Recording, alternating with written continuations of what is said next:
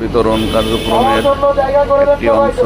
দেখুন মেন রোডের পরে পরিমাণ পানি, রাস্তা পানি নেই, পানি বেশি আর শুকনা গাড়ি নিয়ে যেতে পারবেন, গাড়ি নিয়ে যান গা। তাহলে গ্রামের কি অবস্থা একটু বলুন।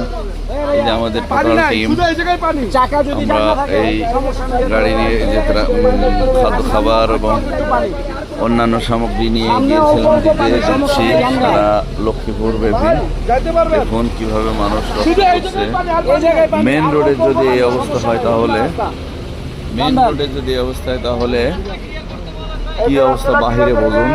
এই হলো গ্রামের ভিতরে অবস্থা। দেখুন এমন কোনো জায়গা নাই যেখানে পানি নাই, শুধু পানি আর পানি। অথচ এদিকে পানি থাকারই কথা না, শুধু বন্যার কারণে পানি। যাক, সবাই দোয়া করবেন বন্যা কবলিত জনগণের জন্য, আল্লাহ যেন দ্রুত তাদের